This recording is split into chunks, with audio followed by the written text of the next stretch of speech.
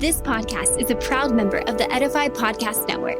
Listen to thousands of Christian podcasts at edify.app. That's EDIFI.app. I speak to parents all the time who come up to me and they see what's happening, but they don't know what to do. And I just want to stand up and say, you can do this. Here is a solution. This is Yvette Hampton, host of the Schoolhouse Rocked podcast. Join us each week for a new episode as we offer encouragement and resources on biblical discipleship from popular speakers and authors, as well as parents just like you and me. Find out more at schoolhouserocked.com or listen anywhere you find your favorite podcast. Today's interview contains frank discussion of infant loss and may not be suitable for younger audiences. Listener discretion is advised.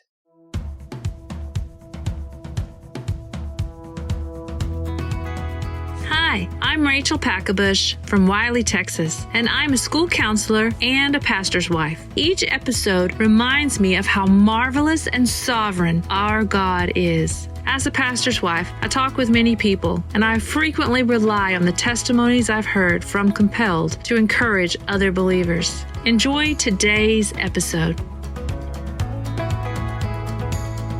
Just by the ultrasound that he had seen before, I think he had a pretty good guess as to what he thought it was. He was really sweet and compassionate. He got down on our level, was holding my hand, and said, "I'm sorry, but your son is not going to make it."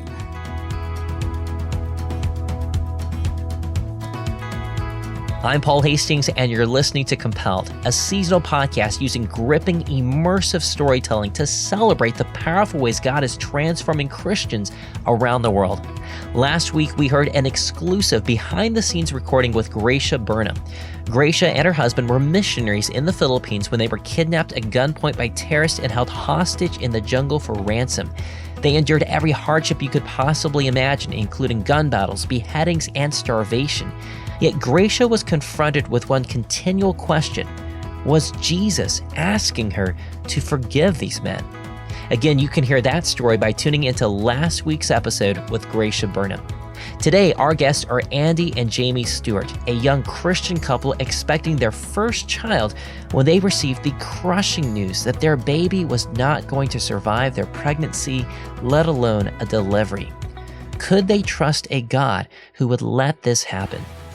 Gather around, lean in, and join us for another compelling story from the kingdom of God.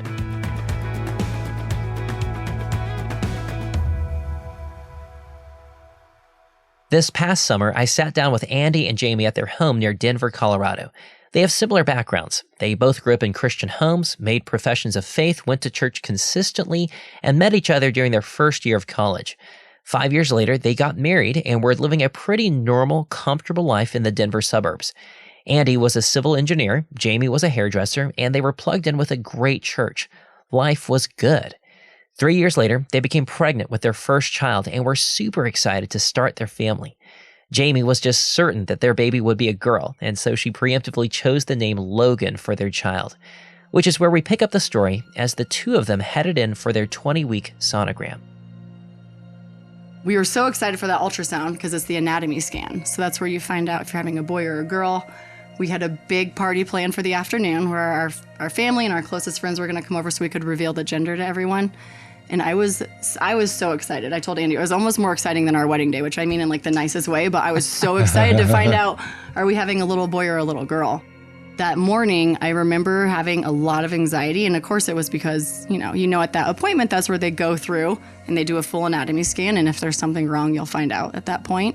And so I think I was really nervous about that. Just sitting in the room, excited, but I noticed something was wrong pretty quick just based off the reaction of the ultrasound tech. Yeah, it went downhill right from the beginning. She was really young. And so she's like, I have a really serious face when I scan, so don't let that freak you out. This is just like how I work. And we're like, okay. And then, but the second the probe touched my belly, it was like the entire demeanor in the room just like shifted. And you could see that there was just panic on her face. But for me, I'm like, okay, well, I'm a worrier. She warned us. She said that she looks like this is fine, Jamie. You need to calm down. And I kept trying to tell myself that. But it was very clear very early on that there was something wrong. because we were kind of trying to joke with her and just at least converse with her, and she was very, very closed. And like Andy said, she got up. She really didn't say much of anything. She got up and took off her gloves and left. And so we're sitting in that room kind of just looking at each other, and Andy was, you could tell, trying to be the man to hold it together and trying to like, it's okay, I'm sure everything's fine. And I was just like trying not to crumble at that point, because your mind is racing from everything. Like, do I have a baby that has a terminal condition? Do I have, like, what is wrong and what's happening? And then she came back in with an ultrasound tech that you could tell had been doing it for a long time. And so she still didn't really give us anything, though. They were everything they said was to each other and masked in medical terminology. And they really didn't say much to us. They took a bunch of pictures, and then they took us to a back room. They're like, I'm sorry, we can't figure out the gender. Yeah. It was supposed to be an hour-long ultrasound, and I think we were in there for like 20 minutes. And then they just took us back to, they took us down the back hallway. Well, and typically, because we were with midwives, you go back out to the waiting room, they call you back in for your appointment. They didn't do any of that. They kind of truly took us to the corner room in the back of the office. And then we sat there probably for another maybe 20 minutes. It's hard to say how long it was. It felt like it was like 4 hours. It could have been 5 minutes for all I know, but it felt like we were back there for a really, really long time. And at that point, we were, I don't think you were crying. I was losing it just because my brain was racing from, what's happening? Is our baby okay? And then the doctor walked in, which I couldn't tell you what that doctor looked like, and said, I remember I'm her trying to face. think what she said. I think her. she said there's something wrong with your baby. The second she walked through the door, first it was a doctor, and it was supposed to be a midwife. So it's like, okay, and she's holding a bunch of pictures, and she just basically said, we found some abnormalities with your baby. She's like, we're seeing all these things on the ultrasound.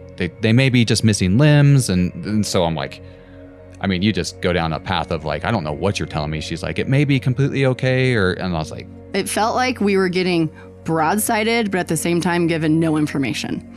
And so they left it at they gave us a card and said, here's a number to a specialist, call them. And that was how we walked out the doors. And so that was it. That was it. Yeah. So, Yeah. We walked, it's crazy in the span of half an hour, how your life can just change in just a second, because we walked in those doors hand in hand and excited and about ready to have a gender reveal party. And my brain was thinking, what cake color am I making when I get home? And then we walked out the doors just completely devastated. Words can't really describe how they felt, but the closest thing to it would be shock. All of their other senses seemed to fade away, and all they could really think about was their baby Logan. Was Logan going to be okay? I do remember going into the car, and the first thing I did was call the specialist. And they luckily were able to get us in the next morning. So I don't remember the car ride home at all. I feel like the whole thing is really, really blurry, and I'm not sure if that's just my mind's way to protect itself from a super traumatic experience, but I don't remember getting home. I remember there's just like a heaviness on the house because we didn't have any answers. We didn't know. We didn't know if we had a baby that was going to have just a severe, a condition that was going to make life more difficult, or if we were going to have a baby that was going to live at all. And so it was just kind of this very somber, heavy, not the afternoon that we had planned. I remember sitting on the couch actually holding my belly, and I could see through the kitchen, and there's like all of like the stuff I was going to use to make cake. And so it's like I was supposed to be like making a pink or a blue cake, and I was supposed to be, prepping for a party and getting ready to tell our families, because everyone was so excited for the baby. And the afternoon turned out to be very, very different. That night is just brutal, sitting there and waiting and on your knees and just begging God, like, please, please let this be a mistake. Let this not be a big thing. I remember thinking, I'm okay if my baby doesn't have arms, like we can handle that. I just want my child regardless, and just hoping that at the end it was something that was compatible with life. I remember my dad grew up, had a pretty hard upbringing, and I do remember him coming through the door and he just lost it. And I remember sitting outside with him, and I was trying to console him and tell him like it would be okay. And I remember saying that to him and telling him that it was going to be okay, but feeling in my heart that I was like just bold-faced lying to him, which was really hard. Well, I'm sure we didn't sleep good in any sort of sense, but I think that was the blessing, is we did get into the specialist the next morning. It was super nice in the fact that it wasn't like a typical ultrasound room. It was like in this older part of Denver, and just, not that it was comforting, but it just wasn't like as sterile. It didn't feel quite so clinical. It didn't feel so clinical. So, that was a little bit, maybe everything's going to be okay. We went in, and the ultrasound tech started to do the same thing that had just happened. I remember thinking, I'm laying here and I have another probe on my belly, and I'm trying to stare at her face to see what her reactions are, because I was more concerned with what she was doing than the ultrasound screen, because I couldn't understand what was happening. And we had been praying. Truly, we've been praying all night, begging for a miracle. And I remember when we got in there, she said, I'm glad that, because our parents came with us, she said, I'm glad that your parents are here. This is going to be a really hard day. And I remember thinking, like, well, wait, like, you haven't even looked yet. So clearly they knew more than what we knew. I'm assuming their conversation with our doctor had more information than what we were given. But so she had anticipated it being something really hard. And I think we were still kind of hopeful that maybe it was misread or it wasn't quite as bad as they thought. So she went through and she did a bunch of measurements. Within a few minutes, I remember she said something about, do you want to know the gender? Which was, I was still thinking about it, and I think you were too. But I don't think it was on the forefront of our mind. And at the time, I had been convinced that it was a girl, which it was not. And so she said it was a little boy. And so I remember for a split second, like, we both were kind of like laughing and crying, because it was this realization that we have a son. And then all of a sudden it was just taken away, because it was like, instead of my baby might be dying, it's my son is dying, which was a big shift. So. Yeah. And then little old man doctor came in who grabbed the probe and took in a look. And I think I just remember him. He spent like 2 minutes, or probably even less than a minute, looking at Jamie. I could see him almost like he had like a checklist in his head, and he'd kind of like go through, look at something, and then move on to the next one. You could almost see him checking off all these markers that he was looking for, because I think just by the ultrasound that he had seen before, I think he had a pretty good guess as to what he thought it was, and then just was confirming that when he was there. So it was very quick.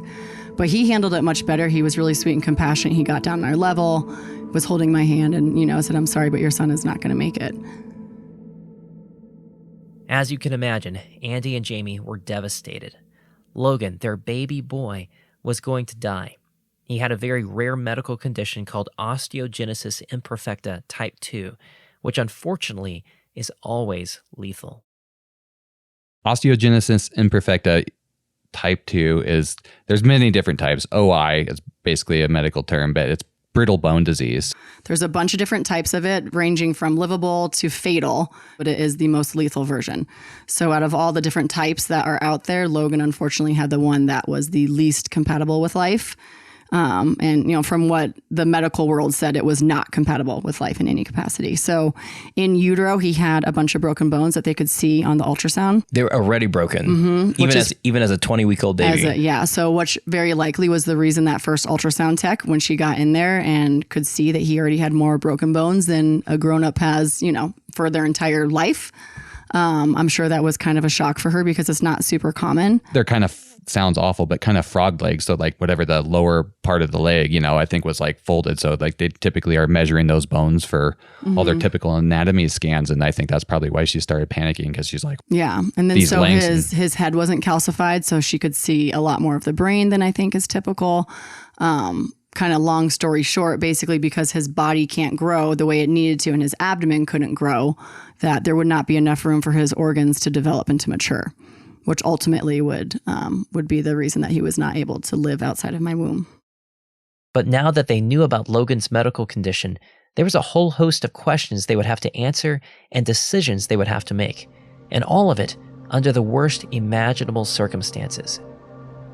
So it was, on top of any diagnosis where you're told that your baby's going to die is traumatizing, knowing what he had, and it was so horrific.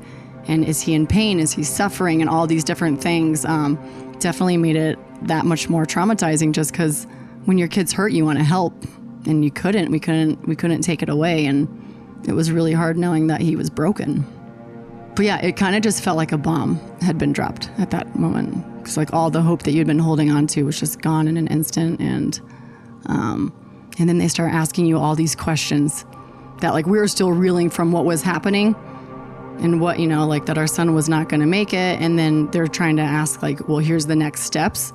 And that was a really hard transition, just because I was still trying to absorb what he had said, not, what's now, not what is next, was just it felt like a little too much right off the bat.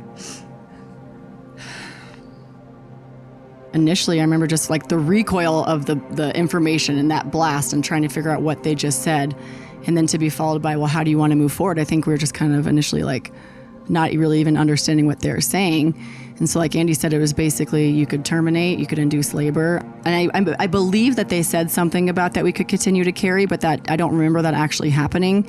And I think for a minute, I thought that we had to. I kind of thought that it was like, okay, well, now we have to decide whether or not we terminate or if we go, induce labor. And then it was a little bit later that was this realization of we don't need to do anything. Like God is the author of this life and he created this life and it's up to him when to call this child home and not up to us. And once we kind of, it calmed down a little bit and we were able to talk more clearly about it, it was like, no, we need to just love this child and fight for this child just like we would if you're here in our arms, and try to spend as much time with him as we possibly could, even though it was kind of, in not traditional ways, but try to make memories with him and fight for him. And so that's what we did. Whenever we were with people, I was like the elephant in the room, but like the pregnant elephant in the room, and I was always the girl who was carrying the dying baby. And it was really hard. And just, some people were really supportive. And I think Andy and I at the time, like we were like in battle mode and we're going to fight and pray. And we believe our God can do a miracle and we're going to fight for that. And I think we needed people who were willing to hold on to hope with us. And there were some that, would not automatically just say, yeah, Logan's going to die and you need to move on and figure out what's going to happen afterwards. But people that would, refer to him still in present tense and refer to him as still possibly being in our future and just helping us hold on to this sliver of hope that we had with like a death grip. But then it's just so shocking sometimes the people that you expect to behave a certain way, or the people like, oh, this person's going to be a huge prayer warrior for me. I remember one of them came over to our house, and in my mind, she's coming over and we're going to pray and we're going to fight. And she basically was telling me what I should wear to his funeral. And I was just taken back because I was like, whoa, he's not dead. Like, I need you to fight with us. You're supposed to be battling with me and not telling me to wear a big black hat to a funeral, which was shocking. So I think there was definitely just some like really interesting interactions that just made an already really difficult situation that more awful. Jamie and Andy were praying for a miracle, crying out to God, asking him to intervene and heal their little boy, Logan. But would he? More on that after the break. This episode is brought to you in part by He Gets Us, a national campaign bringing the story of Jesus to every zip code. Reaching over 1 million people daily, with more than 275 million views on YouTube, this is the largest campaign ever to open hearts and minds for Jesus. Now, He Gets Us is giving churches free ways to connect to the campaign so they can leverage the moment and movement for their ministries. When you connect, you'll get resources designed to give your people new ways to have conversations about Jesus and understand the culture they encounter every day. Things like discussion guides, reading plans, sermons, and more. It's easy. Just go to HeGetsUsPartners.com to learn more. Then you're ready to click those buttons that say Get Free Tools. He Gets Us is helping people discover, rediscover, and talk about Jesus. And you can too. Just visit HeGetsUsPartners.com to learn more and join the movement. This episode is brought to you in part by Seattle's Union Gospel Mission. Over 13,000 people in the Seattle area are homeless. Shauna is one of many who found a new life through Seattle's Union Gospel Mission. I was homeless for 10 years. I tried to get sober, but I couldn't avoid the relapse. I couldn't do it on my own. I remember my kids telling me they missed me and they wanted me home, and I couldn't be there for them because my addiction kept taking me away from them. I had to change for them. Through the grace of God, I found the mission, and the women I met there will be my friends and sisters for the rest of my life. At one time, I didn't think I could make it through the day without getting high. And here I am, 6 years sober. I have my kids back, and our house is full of love. And grace will lead me home. To hear more, volunteer, or donate, visit ugm.org. Welcome back to Compelled. Andy and Jamie Stewart were 20 weeks pregnant with their first child, a son named Logan. They had recently discovered that Logan had a rare medical condition that was fatal, and he wasn't expected to be born alive. They were praying desperately, asking God to heal their son, all the while facing significant pressure against them, even while they tried to fight for Logan's precious life. I feel like we were at appointments nonstop after his diagnosis. The group that did the ultrasound initially, once we told them what we wanted to do, they were wonderful. They were super supportive. They didn't really question us. And I felt like we just felt really safe with them. But then most of the times that we met new doctors, it felt like we were going into like a boxing ring, because there was the questions and the doubt, and why are you doing this? And you're making this longer and harder and more difficult than it needs to be. Kind of like Logan was a lost cause, like, let's just be done with it, start over and try again, which was not our mentality at all, because that was our baby boy. I did not like to go to the doctor. And when I went to the doctor, I was so upset because I was going to have to talk about why I want to do what I'm doing and not sound like a crazy person. And they always kind of looked at you like you were, why are you not just having an abortion and starting over? This child's not going to live, and it's not worth the pain that this is going to give you, carrying this baby as long as you can. And then, seeing how delivery went. We went to a doctor's appointment. I think it was a week after Logan was diagnosed. And I think this doctor was, she was trying pretty hard to tell us that we were making the wrong decision. I'm assuming that she was the doctor that did the abortions. There's no easy way to say that. And so I think she was wanting to know, like, well, why are you guys wanting to do this? And then Andy at one point said, like, how do you expect me to pick a day on the calendar for my son to die? And you could tell for a second, it kind of made her like stop and think. And so I think it's just and the doctors, honestly, they were so loving and compassionate for the most part, but it felt very much like in a very pro-choice world that our choice was being questioned. And that was really hard. Unfortunately, it didn't help us with the choice to carry Logan and let God decide when it was his time. And I think that was the harder part, is like those first couple days after the diagnosis, we had all of a sudden said, we're carrying this baby because he's our son, and we're going to fight for him and pray for a miracle and put it in God's hand. And then, the hard part with OI type 2 is like, when I did my Google searching, is like every pregnancy ended in termination, because that's what most people would do. And so I think the doctors were just as much unknown. They're like, we don't know what to expect. Like, your baby could come out in pieces. And so like we have like these horrific images and fear that's kind of being spoken into us. And that's like all gets kind of implanted in your brain. So, it's, I just remember so many different fears that then started to come up of like, well, I have no idea what's going to happen and on down the line. And that leads into his birth story and everything else. You have to live in this tension of knowing and believing that God could do a miracle, that he's sovereign over everything. And I never felt like he gave Logan the sickness. I wasn't, I don't think he gave Logan to me and then gave him this horrific disease so that we could lose him. I think we live in a sin-filled and fallen world full of sin-filled and fallen people. And because of that, we now live in a world that reflects sin. And so I knew that. I didn't blame God for it, but I think the hard thing for me was you didn't cause it, but you could fix it. And why are you not fixing it? And so I think there's just this tension, especially when you're a believer and you go through stuff like this or any tragedy in life, you live in the tension of God is sovereign in this, but he's not necessarily going to fix it. I might not get the miracle. And even though I don't, he's still good and he still loves me and he still has a plan. And so I think that was definitely, there was a lot of back and forth between trying to not be mad at him and to trust him. And it was really, really hard to fight for a miracle for Logan, but then also know very well that there was a really good chance that he wasn't actually going to make it. It was a real juggling act, facing incredible sorrow, but also trying to find joy, even in small moments. Sometimes it was easy, but other times it was hard, very hard. And even the most insignificant things that you wouldn't even think about normally could throw a curveball out of nowhere. It felt like a million years, but then also felt way too short at the same time, right? Because you're trying to embrace it and enjoy the time that we had with him, knowing that it was fleeting. But then also it was torture, honestly. Being a pregnant woman out in public, and I look like all the other pregnant women, and people want to talk to you about your baby and they want to touch your belly and ask you what you're having. And I just, sometimes I would just lie. They're like, oh, are you so excited? And I was like, oh yeah, like we're having a little boy, just because I could not engage. My heart was not in a place where I could say, oh no, like he's actually going to die.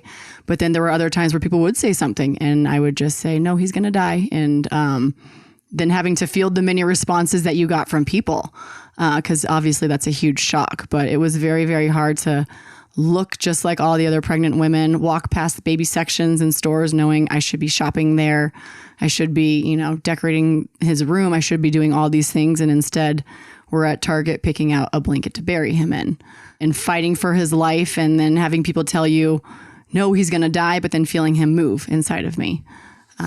So that was a really, really hard space to live in. And it felt like an eternity. But yeah, I mean, we went to Rockies games, we went on drives, through Golden, and just tried to take him places, and have experience in it. That gave us time to, we went just to a couple, be together and with him. Couple weddings. You took us on a little tour of where you went to school.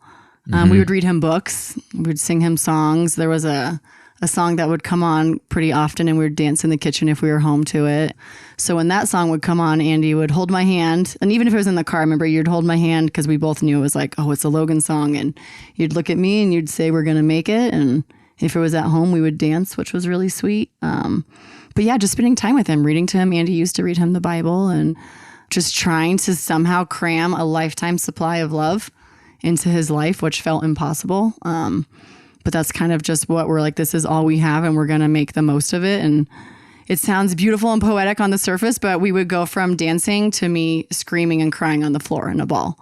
So there was some moments that were really beautiful and moments where like through God's grace alone that we felt peace. But then it was rivaled by these moments of just this anguish and this helplessness of being a parent and knowing that your kid's going to die. And anger. And not being able to do, it's like you're there watching your kid die and your hands are bound and you can't do anything. So the feeling of just helplessness and agony were just beyond anything I think either of us had ever felt. But yeah, again, thank goodness to God and his grace. There were moments where you could take a breath, but then there were other moments where even just moving felt impossible.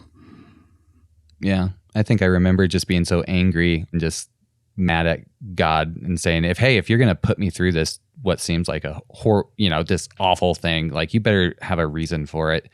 And like giving him an ultimatum, like God, you can give God an ultimatum. No, you thought you could. I was like, man. Yeah. It's like, I'm a good person, relatively speaking.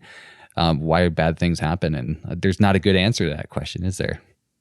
Several weeks went by, and their plan was to carry Logan to full term and then have a planned C-section, since that would be the gentlest way to deliver him and optimize his chances for survival, no matter how slim or how brief. But then, at 27 weeks, Jamie's water broke a full 3 months before the due date, and that jump-started a grueling 2-day labor and delivery. I got the call. She's like, my water broke, and she's panicked, and she just went to the specialist, which was fairly close to where she was working at the time. And I immediately just drove down there and met her, and they said, you need to go to University Hospital. And so we didn't have anything. So we just drove down there, and we were there at that point, made the decision to induce. Typically a baby can make it after 20, 23 weeks.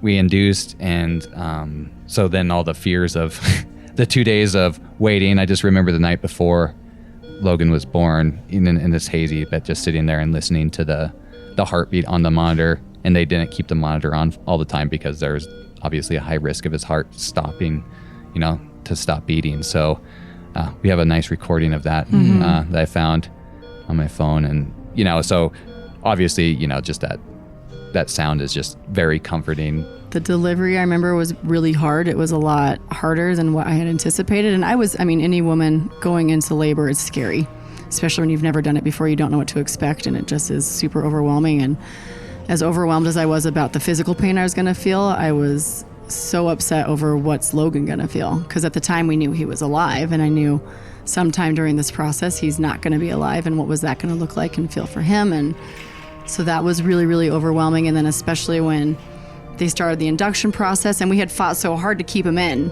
Yeah. It was really hard to be willingly. And at that point, we didn't have an option. then it just felt like everything went wrong. Like all the procedures and the things that they typically do to induce that usually are easy and, well, easy is not the right word, not even close to that, usually go a bit more smoothly. We had issues with all of those. And I just remember there was a point where I was looking at Andy and my sister Kelly was there with us too. And I could see the frustration in their eyes. I could see them clenching their jaws. I could see them having, they'd have to excuse themselves from the room. And I knew, they were going out to the hall to release some emotion. And, but I knew they just didn't want me to see it. But it was kind of like we all were crumbling. And we still had a bit of labor for sure to go. And at one point, they said, you're probably 2 hours away from delivery. You guys might want to call your families. Because my family is like an hour away and Andy's family was probably a half hour away. And so we didn't want them sitting there.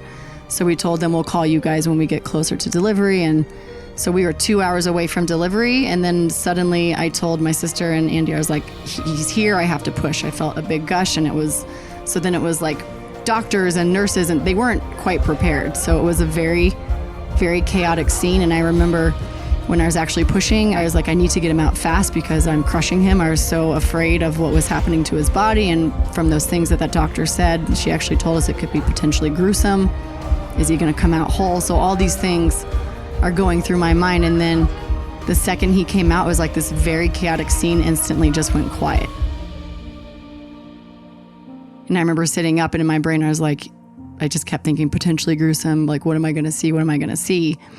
And when I sat up and he was wiggling and he was beautiful. He was broken, but he was beautiful and he looked like his daddy and he had a dimple in his chin and yeah. He was alive, which was not what we expected. He was alive. He was alive. And he moved, which scared me to death because like I said, I had this. I don't think we anticipated seeing him alive. And I don't think we had checked on his heart in quite a while because it was a very long labor and delivery. And so when he came out and was alive, it was kind of a shock to all of us. And then, yes, I do remember him moving and Andy kind of startled him. It was really actually sweet. So it was such a blessing to get to see him alive because I know he could have come out and we wouldn't have had those moments with him. And they felt so fast. It's like you're saying hello and goodbye in the very same breath is what it felt like. And my sister got to hold him, which was really special. Yeah, she had been a huge support through the whole thing and had just been a pillar for us, I feel like. And so we were freaked out. We had no idea what was going on. So I was like, Kelly, you have to come with us because we can't do this by ourselves. And we just felt like we were children. And so she had done so much for us. There was really one thing we could give back to her, and that was her being able to hold Logan while he was alive. And she was singing to him, which was really sweet. And then... Yeah, she had a song that she made up when we were carrying him and knew that he was potentially going to pass. Mm-hmm. That was super sweet. I think that's what she sang to him, didn't she?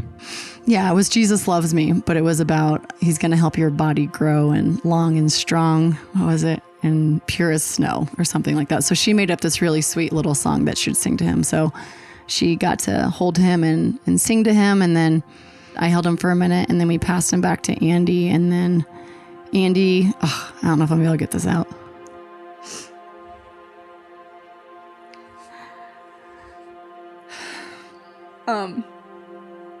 We knew that his heart was slowing. You could see that he was not moving as much and that his time was ending. And then for your prayers to shift to God, like, take him home. And so Andy held him up and he said, "Run to Jesus, Logan." And then he was gone.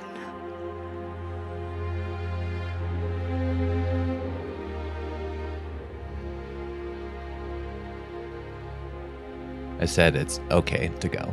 Yeah. Which is, as a parent, like our prayers had been, let us keep him, heal him, restore him. And then all of a sudden to realize, like, no, my prayer needs to be take him. It was hard. There was the strangest sense of calm, like right after he was gone. And I think part of it was just like the fear and the questions and what is it going to look like? And is he hurting? And is like all of a sudden he's free. He's whole, he's not hurting, and he's with Jesus. And so I think there was definitely God's spirit in that room giving us just a moment to just like catch our breath before it kind of all sunk in, the anesthesia of what had just happened, and we were just numb. And but it was still a nice moment to have because it was calm. I don't even know how to explain it other than that. Like, I think that's like the peace of God that transcends all understanding. And it didn't last very long, but I remember when we looked at each other and we both felt, I think, that same way, which is so weird in some regard.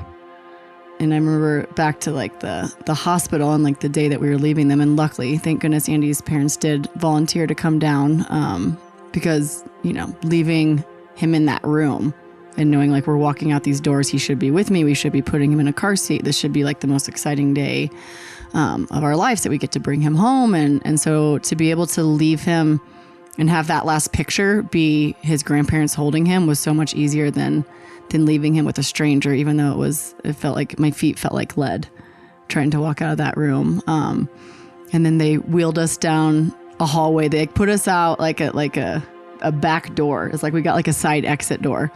Kind of like let's just get them out into their car. And I remember getting in the car and everything looked the same.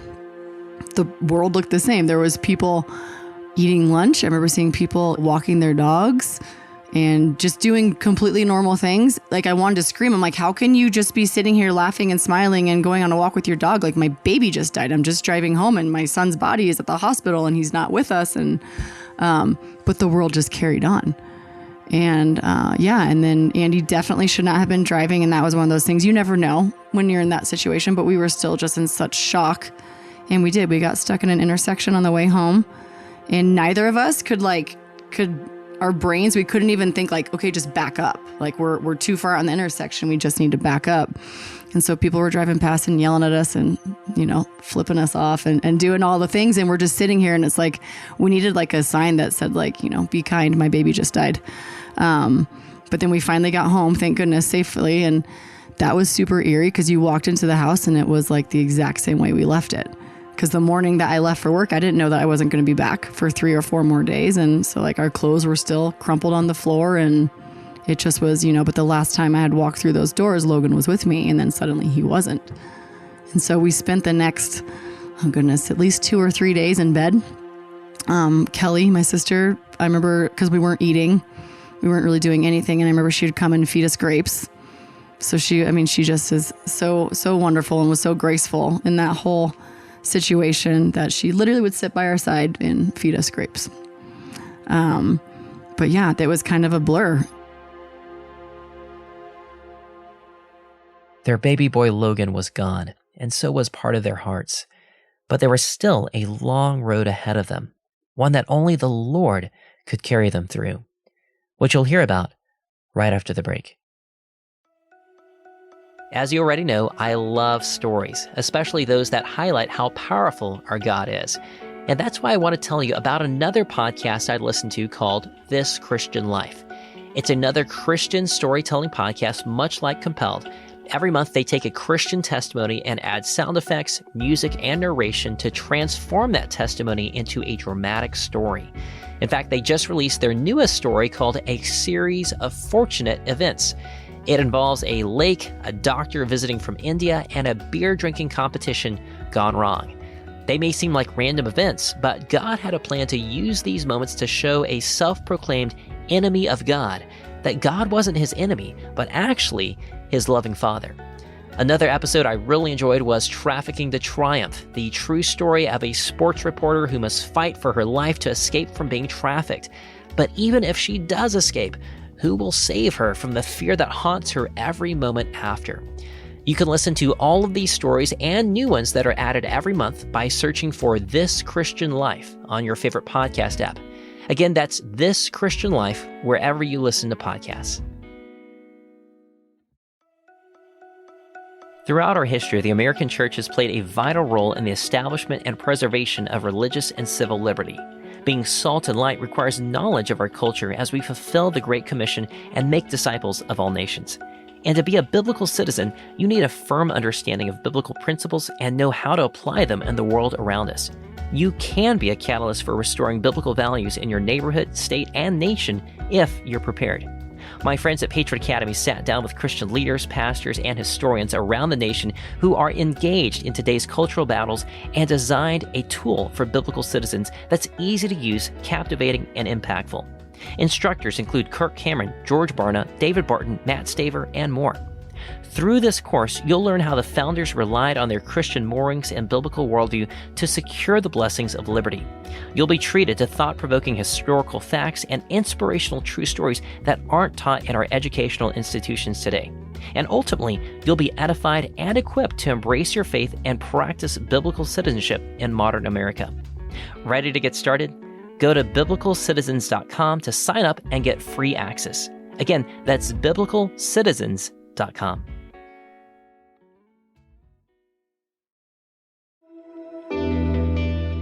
Welcome back. Despite all of their desperate prayers and pleas to God, Andy and Jamie's son Logan had died. They were devastated.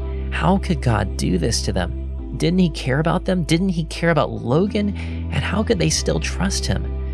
But while they wrestled with all of those questions, they still had to navigate through the here and now.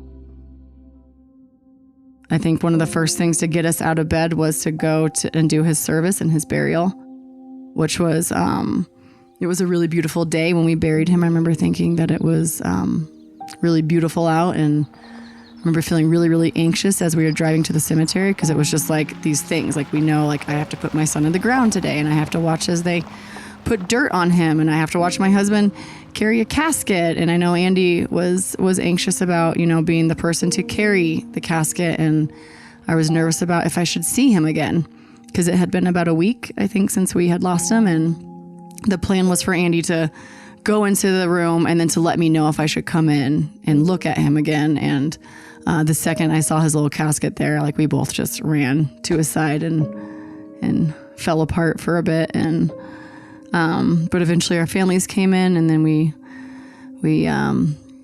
buried him, and we put a piece of our hearts in the ground with him. And yeah, it was, just so strange to be sitting there and looking at this hole in the ground that truly I was jealous of, because it was holding Logan. It got to do what we were never going to get to do again. And just looking at, like, how is this our lives? How did we end up here? It just felt so surreal, and like this was like someone else's story or a really bad dream. And but just knowing, like, soon, like, this is going to be a very familiar place for us and a familiar place for our family. And soon I'm not going to get lost trying to find his headstone. We're just going to know exactly how to get there. And it was just so, like, surreal sitting next to this hole in the ground that held our son, knowing that we weren't going to get to hold him ever again until the other side of heaven, obviously. So.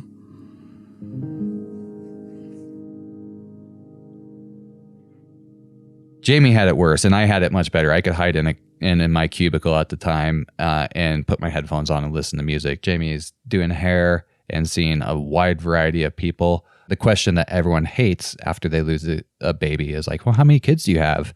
And like in, like, just small talk scenarios. And that's like a super loaded question, because it's like, man, do I honor the fact that I know that I had a kid, but I have no living children at home? Do I make this super uncomfortable, awkward, and then I'm dishonoring him? And it's, the mind game really ensues with that. So most of the time I say I don't have any kids, and then I'd feel bad that I didn't acknowledge them. And that's a whole different psychology, right? To go down, like, but it's a super loaded question that I think a lot of our people that we've worked with that will ask too, like, how do you answer it? And now I'm at the point where I feel very comfortable answering that situationally, you know what I mean? And I don't feel that I'm ever doing Logan a disservice or dishonoring him, because he's already good. Like, nothing I do down here really much matters for him, at the end of the day, because he's whole and perfect and no broken bones. And it makes heaven really sweet. Yeah. Having that picture. Yeah. In my head. Yeah. But yeah, the first time I did say I did have a kid was in Starbucks. I do remember this person. It was bad. It was bad. I was like, whoa, boy, I opened up a can of worms here. This woman behind him. I don't think I know why she asked me if we had children, because I don't know we were why trying she to would get ask coffee. that. I'm like, we're in line, just want coffee. Like, we're just getting Starbucks. But she asked you if we had any kids. And I remember, because Andy was behind me, I remember hearing him say yes. And I was like, oh my, he's saying something. And so I kind of had like my ear his way, but then she just kept, like, typically I feel like if you say I had a child and he passed away, usually it's like, I'm so sorry. Like, it kind of like stalls the conversation quick, because there's like just terror on their face.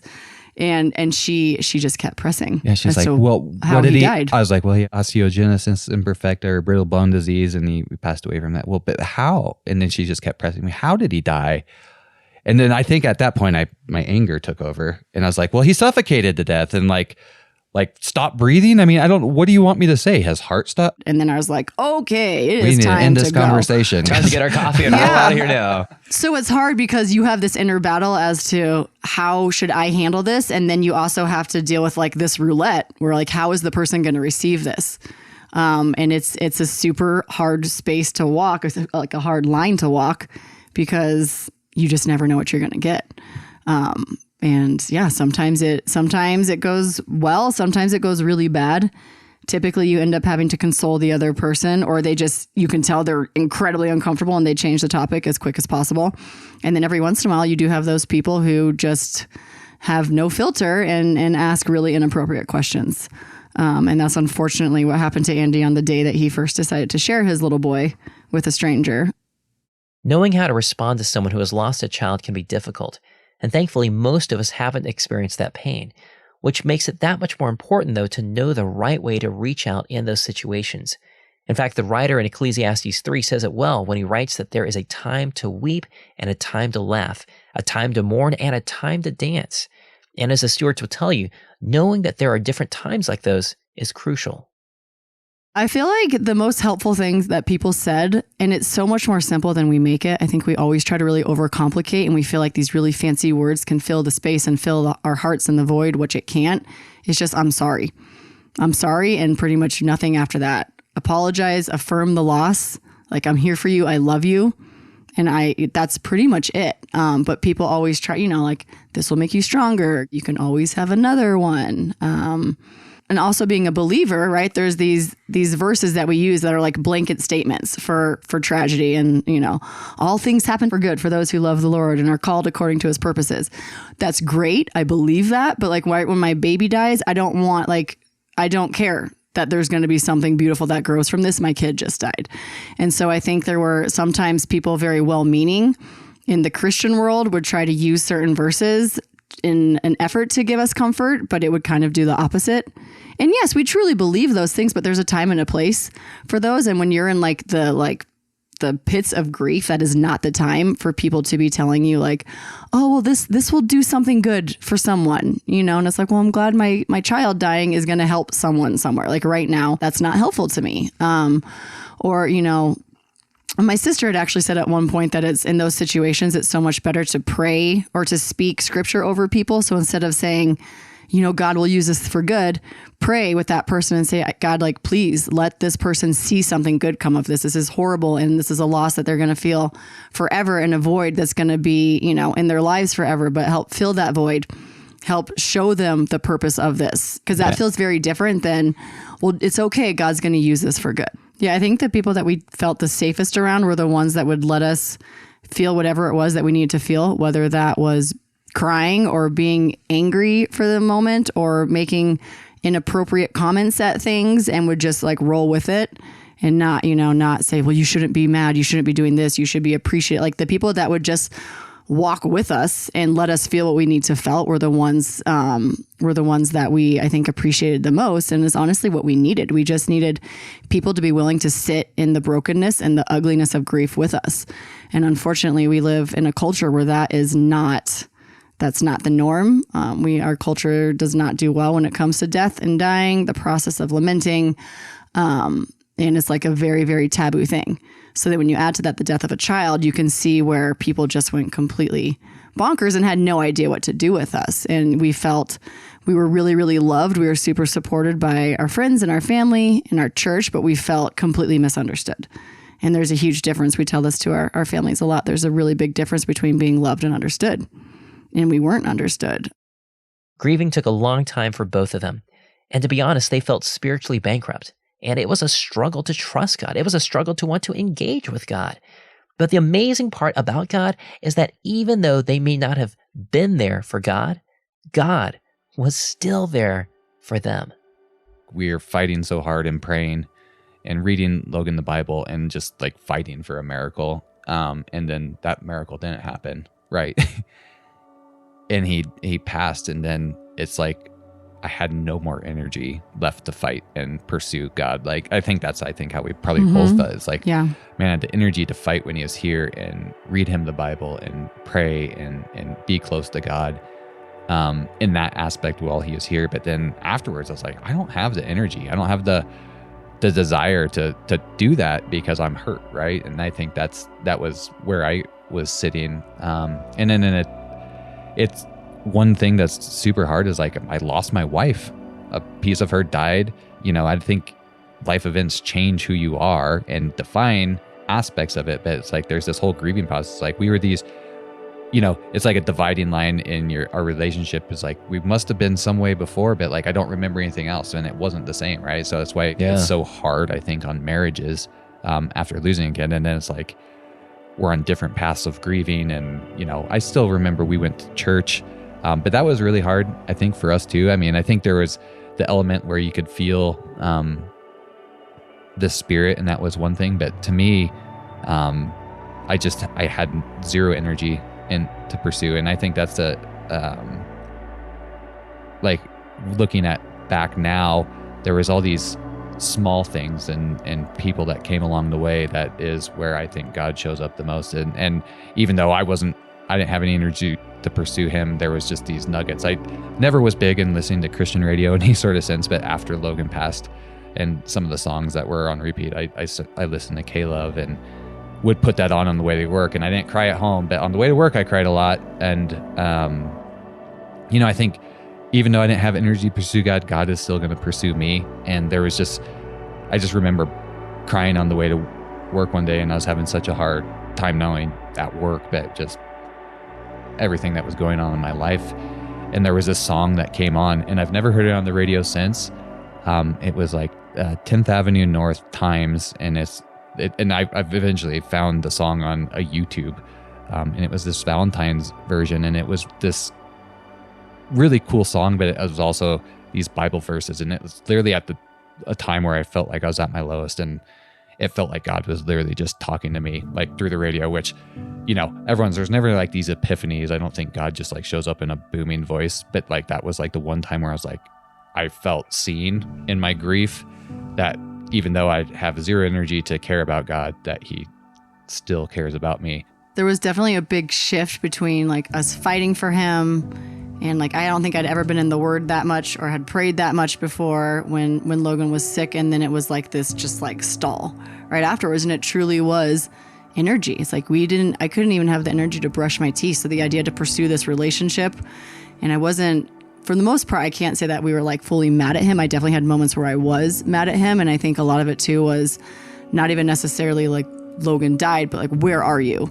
Your word, right? People would be like, God's close to the brokenhearted. I'm like, okay, but what does that tangibly look like? Because I'm at the grave crying, begging him to show up and not feeling a thing. So I think those are the times where I was more mad that like, I should be feeling you right now and I'm not feeling you.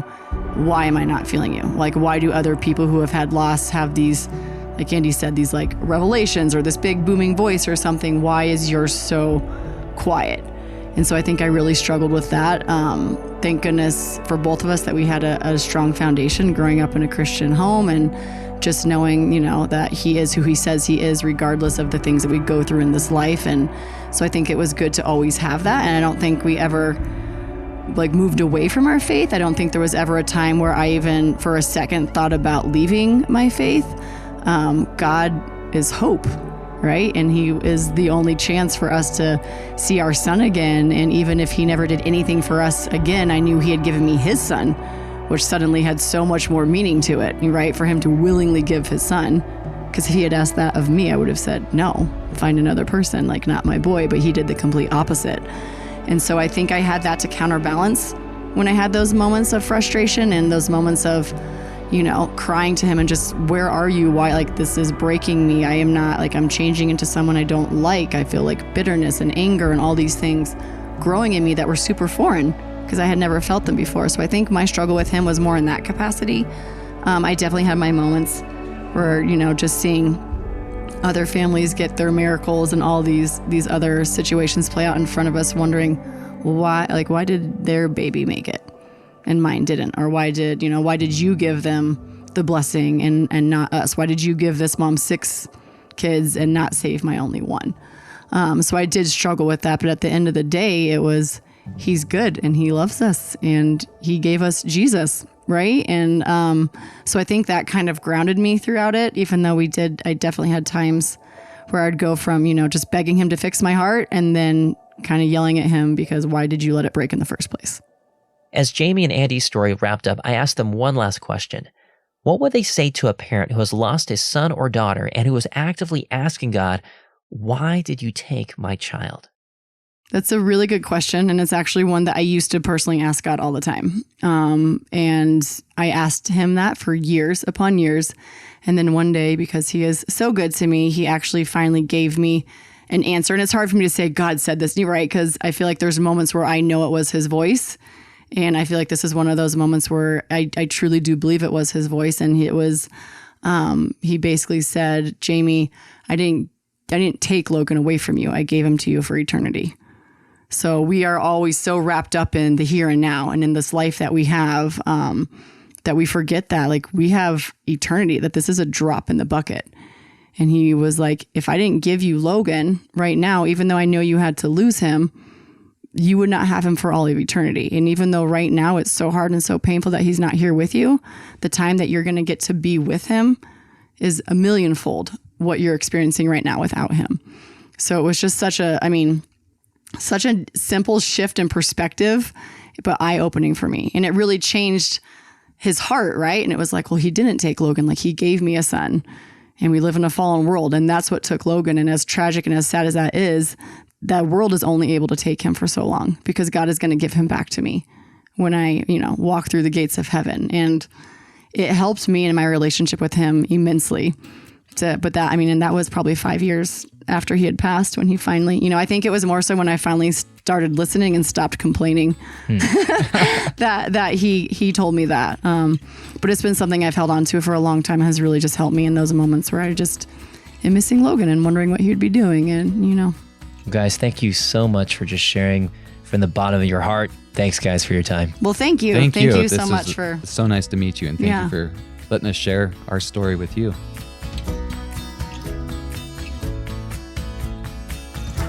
In Psalm 139:13, David writes, "For you formed my inward parts. You knitted me together in my mother's womb." And that is no less true of Logan than it is of any of us. God is the author, giver, and creator of life, and every life is precious in his sight, no matter how brief or small. I'm so grateful that Andy and Jamie placed their son in God's hands and were willing to trust him, even though it would be hard.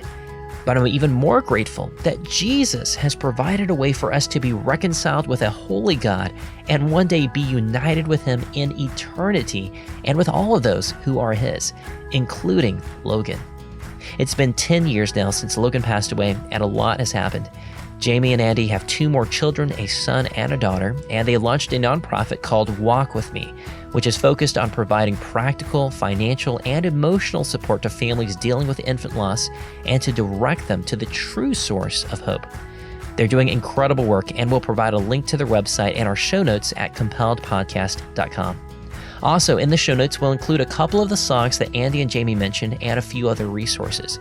And one other cool thing, Jamie has written a book about their experience called Walk With Me, a journey of infant loss, grief, and hope. And believe it or not, it's actually being released tomorrow.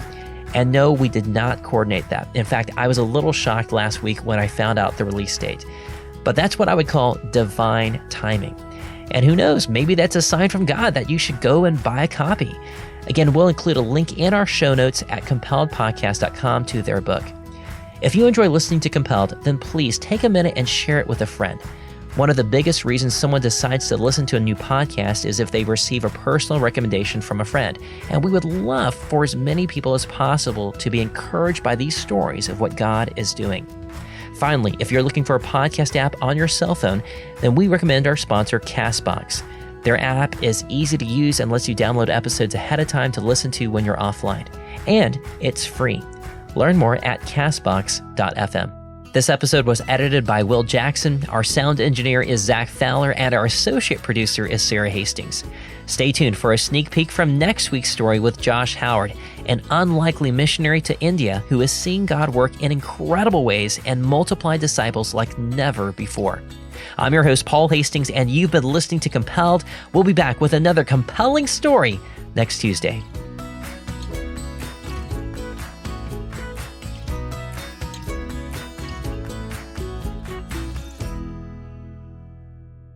And it was during the most difficult, stormy, broken seasons of my life, man, that I began to see that God was with me through those moments. He was the father I longed to have growing up. He was the one that never left, that loved me even in the midst of my brokenness, knew the secret life I was living, and still came and loved me and helped me through them.